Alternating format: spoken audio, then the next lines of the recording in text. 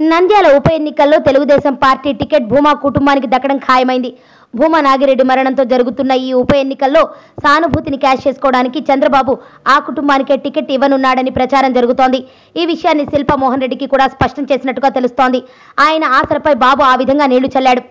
ఆ సంగతి అలా ఉంటే ఇక్కడ తెలుగుదేశం పార్టీ నేతల మధ్యనే కాదు, పార్టీ టికెట్ కోసం ప్రయత్నిస్తున్న కుటుంబాల మధ్యన కూడా చిచ్చు రేగినట్లుగా తెలుస్తోంది. ఇప్పటికే భూమా కుటుంబంలో విభేదాలు జనించాయి. టికెట్ విషయంలో భూమా తనయులు, భూమా అన్న కొడుకు బ్రహ్మానందరెడ్డిల మధ్య పోటీ ఉందని తెలుస్తోంది. గతంలో తన తండ్రి మరణించినప్పుడు రాజకీయ వారసత్వాన్ని భూమా నాగిరెడ్డికి వదిలిపెట్టామని, ఇప్పుడు అవకాశం తనకు కావాలని బ్రహ్మానందరెడ్డి కోరుతున్నాడట. ఆల్రెడీ భూమా పెద్ద తనయ అఖిల ప్రియ ఎమ్మెల్యేగా మంత్రిగా ఉంది కాబట్టి అవకాశం తనకు కావాలని ఆయన కోరుతున్నట్టు సమాచారం. అయితే భూమా చిన్న తనయ ఈ నియోజకవర్గం మీద దృష్టి పెట్టినట్టుగా తెలుస్తోంది. అన్నయ్యకు అవకాశం ఇచ్చేలా లేరు చెల్లెళ్ళు. టికెట్ విషయంలో వీరి గొడవ ఎంతవరకు వెళ్లేలా ఉందో చూడాలి.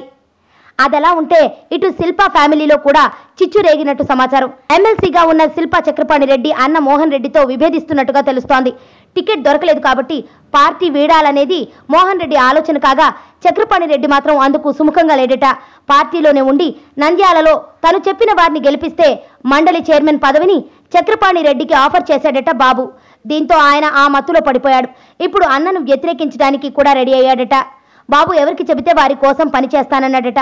ఈ విధంగా బాబు వ్యూహాత్మకంగా శిల్పా కుటుంబంలో చిచ్చు పెట్టేశాడు. అటు భూమా వారసులు, ఇటు శిల్పా సోదరులు తమ తమ వ్యక్తిగత ప్రాపకాల కోసం ఒకరితో ఒకరు గట్టిగానే విభేదించుకుంటున్నారు. మరి వీళ్ల గొడవలు ఎక్కడి వరకు వెళతాయో చూడాలి.